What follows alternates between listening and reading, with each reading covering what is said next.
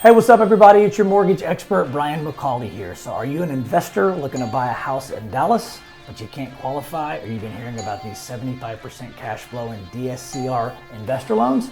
Stick around. In this video, I'm going to teach you the truth about all these products.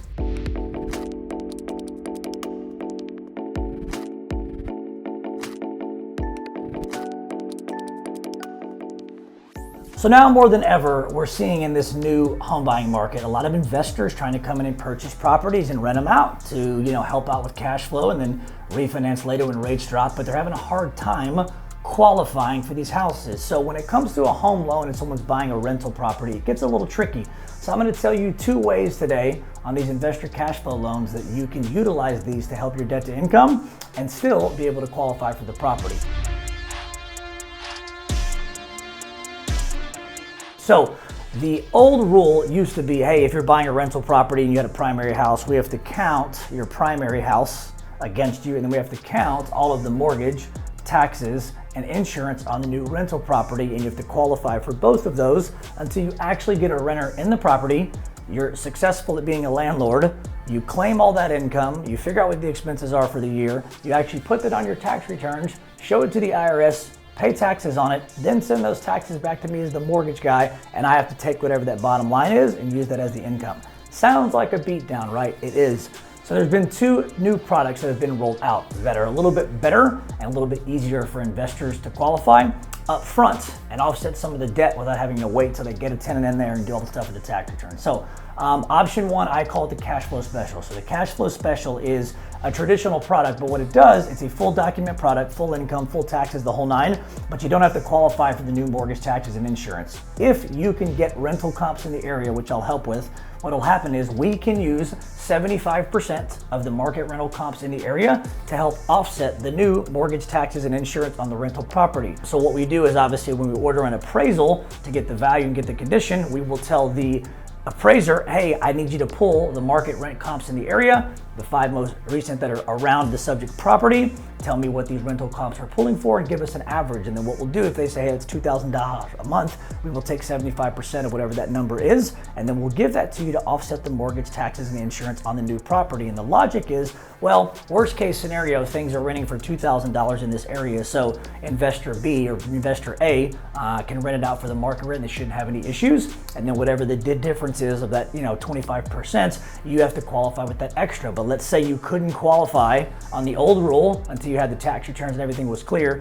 This time around, if you want to use the investor special with the cash flow, you can take 75% of the rental comps in the area, you use 75% of that towards the new mortgage, taxes, and insurance, and sometimes it ends up being a wash from my side, from a debt side, from a mortgage side. Sometimes it's actually a little bit positive. So they're not quite as strong on the rates, maybe a little bit higher, but the truth of the matter is sometimes this is a game changer for people to actually qualify to buy the property where they could the old school way and had to carry both mortgage debts to qualify. Now you can take the new one, use 75% of the rental in the area to offset that, and you only have to qualify and hold whatever the delta is, and sometimes it's nothing at all. So that's option one. Really, really cool niche product that we have. Works for people that are just trapped on the debt to income. Ask me about it if you got questions. Option number two is this really, really popular term that people talk about now called a DSCR loan. So a DSCR loan is basically an investor loan where they don't look at any of the financials and they don't look at any of the credentials and they don't look at any of the debt to income for the investor themselves. So what happens on a traditional loan is we look at everything and we look at the new property. On the DSCR loan, it says, hey,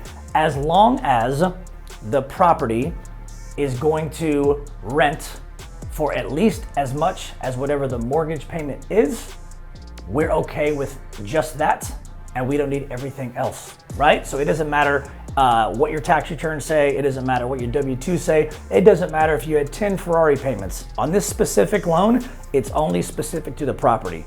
Like the other loan is specific to the property and the person. So even if you would make that work, they're still going to take a look at your car payments, credit card payments, all that. This DSCR loan, it doesn't care about anything. It doesn't care about debt. It doesn't care about income. It doesn't care about child support. It doesn't care about anything. Now, it still has credit requirements, all that kind of stuff, but I'm just talking about specific to the debt to income on the rental.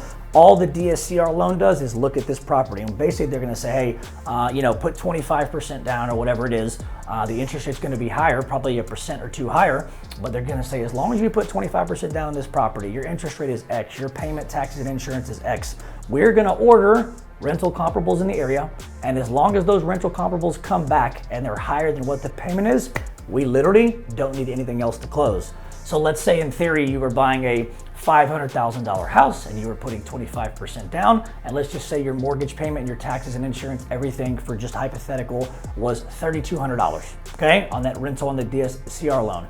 So if we order an appraisal, the appraisal comes back, obviously assuming the value is good, and the rental costs come back at $3,300, you're 100% in the clear. Because if the mortgage payment itself and everything is $3,200 and the rental comps come back at $33, because it's in the positive and it's $100 in the green on the surplus, that investor says you're all good, because that's all they care about. They don't care about the rest of your other stuff. All they do is care about the property. So in their head, they're thinking, hey, this investor, guy or girl, A or B, put 25% down, which means they have money.